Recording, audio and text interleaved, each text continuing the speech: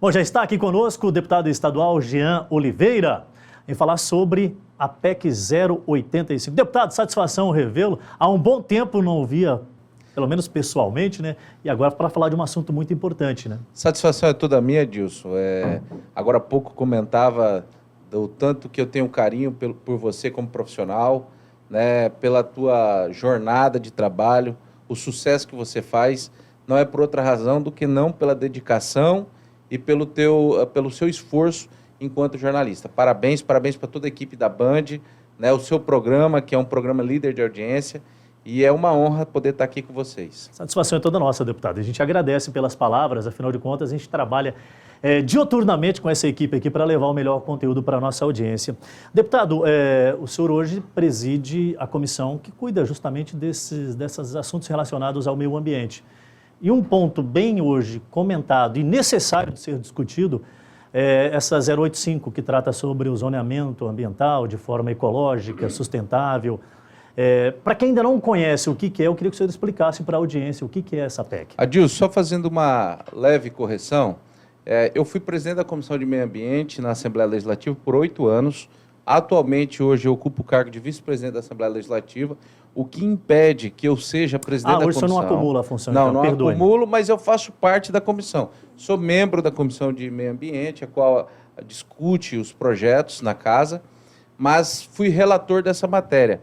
É um projeto de lei complementar, ele é o PLC 85, é uma lei muito importante para o estado de Rondônia, o zoneamento que norteia o desenvolvimento desse estado, o desenvolvimento ambiental, econômico e social. Então, é uma lei muito importante. Para a gente fazer uma analogia rápida, o que é o zoneamento?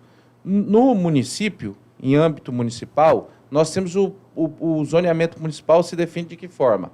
As áreas de indústria, de comércio e de residência. Então, você não pode ter aquela bagunça de, em área residencial, ter uma indústria lá, né? Até por questões de comodidade, tem que ser separado os setores no município. No estado, se define de que forma? Zona de produção, então é assim, aonde se pode plantar, onde se pode ter a prática de agricultura de todos os segmentos, a pecuária. Então, essas são as zonas de produção. Nós temos a intermediária, que fica entre produção e proteção, que seria as zonas 2, que essas zonas 2 respeita-se as áreas que já se produziam anterior a essa lei, mas não se incentiva a evolução da produção nessas regiões de zona 2. Nas regiões de zona 3, são zonas extremamente de proteção ambiental. Não se discute possibilidade nenhuma de produção, exceto nas zonas de extrativismo, que fazem parte da zona 3 também, mas são situações meramente extrativistas, né? Parques, por exemplo, permitido apenas o turismo, o estudo ambiental. Então, nós definimos o estado de Rondônia... Terras indígenas também entram como outro setor. Terras indígenas também. Zona 3, que são zonas de proteção. Quando a gente pensa no mapa de Rondônia, quando a gente for olhar o mapa de Rondônia com o zoneamento, ele vai ser colorido, com várias... assim, não existe uma definição por município, ela é definida por tipagem de solo, por áreas já pré-definidas como áreas de proteção. Então, ele é todo colorido, cheio de... Ele não tem, assim, uma forma de você determinar ele determina por estudos. Então, é assim que é o zoneamento. O zoneamento é o que norteia a zona de produção e a zona de proteção ambiental no estado de Rondônia. Deputado, isso é o zoneamento. Perfeito. O que é de tão novo que existe dentro deste novo mapeamento? Eu não sei se é um novo mapeamento, se é um complemento, essa alteração que vem com uma proposta de complementar uma lei que já existia, evidentemente. A grande proposta é criar mecanismos sustentáveis para aumentar a produtividade? Vamos lá. Essa lei ela é revista de 10 em 10 anos. Então, quando chegou os 10 anos para uma nova atualização, que seria a terceira atualização do estado de Rondônia, nós estamos na segunda, seria a terceira. Já era prevista a legalidade para se criar uma terceira aproximação. Mas o custo de fazer uma terceira aproximação é altíssimo. Passa de 100 milhões de reais para se fazer uma terceira aproximação.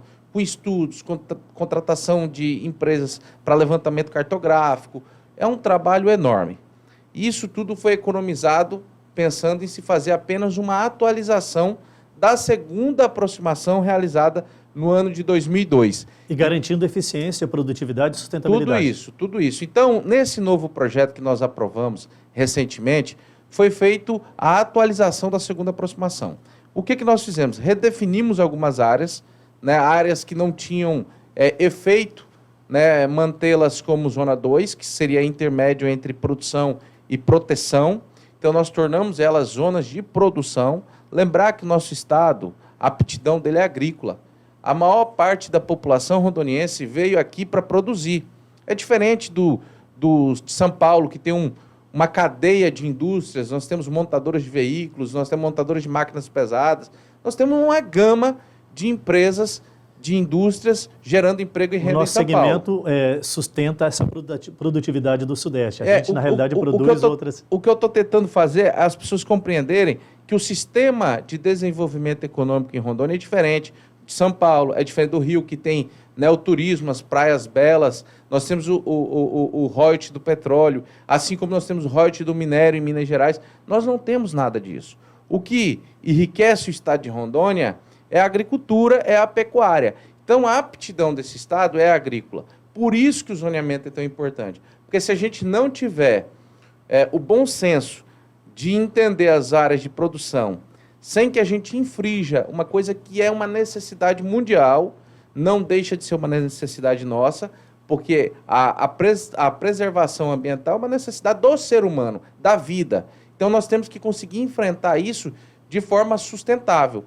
E o que é sustentabilidade? É uma palavra sustentável, vem da sustentabilidade. O que é isso, para a gente entender melhor? Sustentabilidade é quando a gente respeita o meio ambiente, a gente respeita as pessoas que vivem nesse meio ambiente e a gente tem que entender que as pessoas que vivem nesse ambiente precisam comer, precisam se alimentar, precisam ter qualidade de vida. Então, meio ambiente, economia e social. Então, quando a gente respeita esses três, a gente cria o tripé da sustentabilidade. E é por isso que a Assembleia, os deputados propriamente ditos, não trabalharam sozinhos na construção desse projeto como um todo. Existe um elo de ligação com outros setores, tanto da cadeia produtiva da área privada, estudos científicos dentro do poder público, a própria Secretaria de Meio Ambiente também participa efetivamente do processo. Como é que isso foi construído? Isso foi construído, o projeto vem do Executivo, o governo do Estado de Rondônia, através da Secretaria Estadual de Meio Ambiente, junto com a Secretaria de Estado da Agricultura, junto com vários órgãos do próprio Executivo e da iniciativa privada. A Assembleia Legislativa participa dessa comissão que chama-se Comissão do Zoneamento. Ela discutiu e encaminhou para a Assembleia. Evidentemente que na Assembleia, por ser uma caixa de ressonância, por ser um local muito mais acessível do que qualquer outro, é muito mais fácil falar com um deputado do que falar com um técnico lá de dentro da Secretaria de Meio Ambiente do Estado de Rondônia. Então, a parte que a sociedade participa efetivamente é quando vai para o pleno da Assembleia. Muito mais. Não dizer que não participou, porque participou sim, né? Houveram as oficinas realizadas pela SEDAM, a população pôde participar, mas nem sempre se sente segura e tranquila. Mas geralmente é mais restrito. Mais restrito, mais burocrático. Então, assim, na Assembleia, a população encontra uma segurança maior no seu representante, que é o deputado, que o Poder Legislativo é o poder de representação.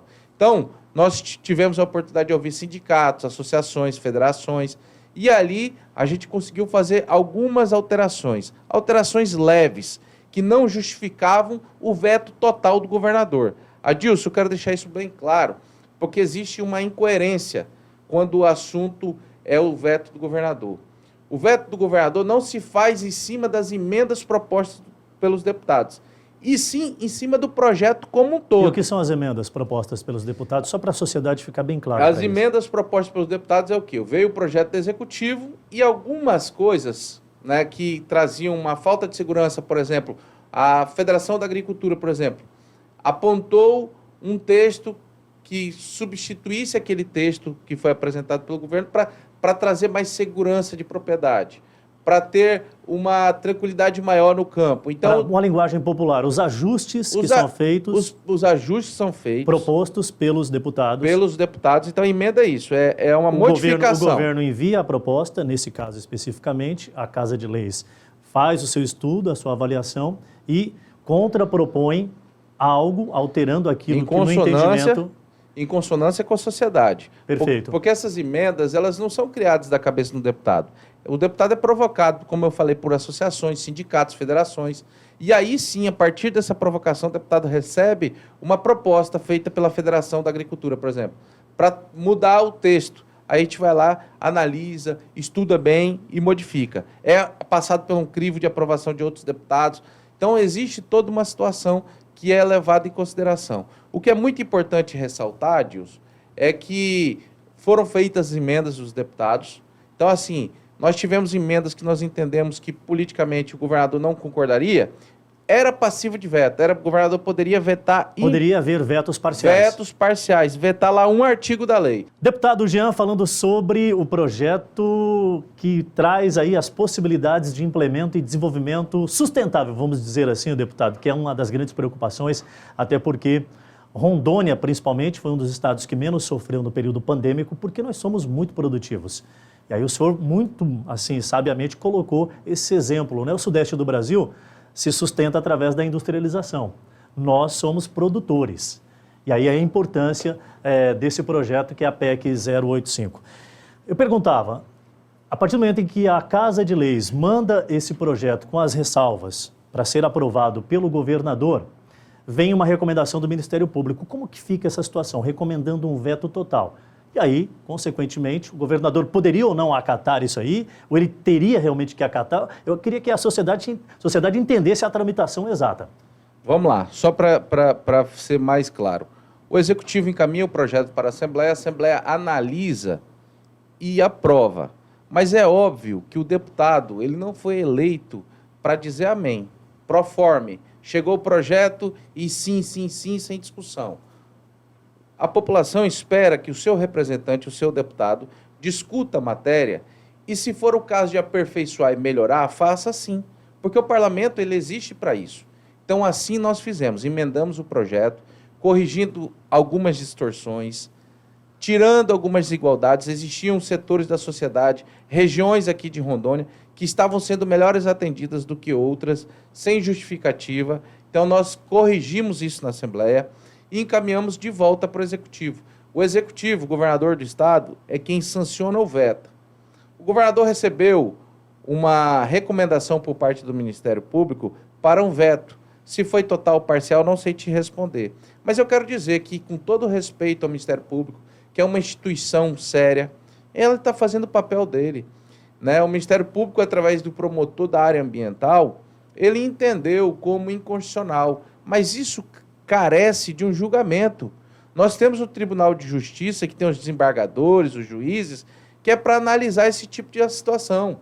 O Ministério Público vai lá e faz uma ação de inconstitucionalidade e o Tribunal de Justiça pode julgar como não, como já aconteceu outras vezes. Nós temos outras ações de inconstitucionalidade que muitas vezes o Ministério Público não entra. Então, assim, é uma discussão jurídica isso. Mas nós, Assembleia Legislativa, eu como deputado estadual e em nome dos meus colegas, fizemos o que era possível para atender a população, pensando no desenvolvimento sustentável de Rondônia. Nós fizemos isso por quê? Nós tivemos o cuidado de lembrar de cada região do estado de Rondônia, não deixar para trás.